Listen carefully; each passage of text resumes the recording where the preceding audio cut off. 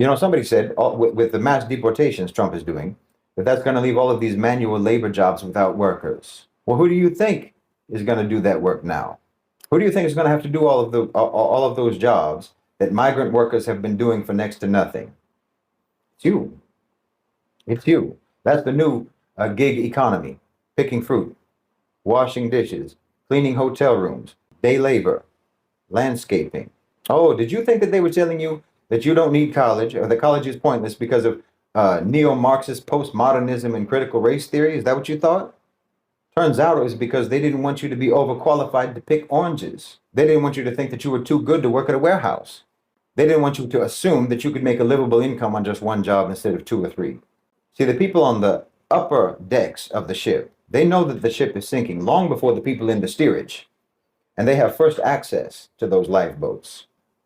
The elites have known for quite some time that America is going under, and they've already made their plans. They've already made their arrangements, and they made very different arrangements for you. You've been slotted to go down with the ship. Would you support getting rid of, school lunch for vulnerable kids and breakfast? When you talk about school lunches, hey, I worked my way through high school. I don't know about you, but I worked since I was, before I was even 13 years old. I was picking berries in the field before we had child labor laws that precluded that. I was a paper boy. And when I was in high school, I worked my entire way through. You're telling me that kids who stay at home instead of going to work at Burger King and McDonald's during the summer should stay at home and get their free lunch instead of going to work? I think we need to have a top-down review. Think about where kids need to actually be.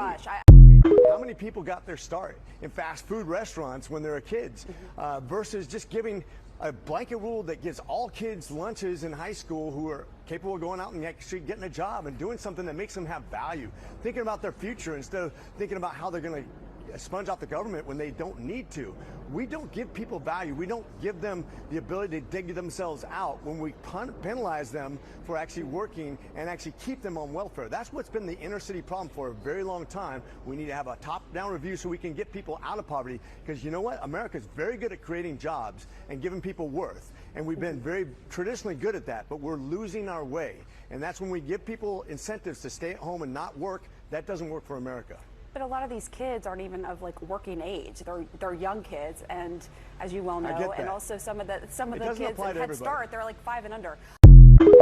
Over 5,000 children were illegally used for child labor in the U.S. last year. A handful of states say they think there's too much regulation of child labor. When I hear the word minor, I think of an 8 or a 9-year-old. When I hear 16 and 17-year-old, I think of a young adult. So many youth have commented that they want to work more hours. The restrictions that are in place are too restrictive. This is a good step forward for the state of Florida, for our young people, for our small businesses. Yep, businesses and their lobbyists stand to benefit the most from these loosened laws. Teenagers are not knocking down the door to change this law. The bill was really spearheaded by the Restaurant Association. I'm going to stay away from that, although you might find out later why. This bill is about maximizing employment and providing employers with the workforce that they need. We need to hold firm that educating youth is the path forward to a brighter future, because as it stands,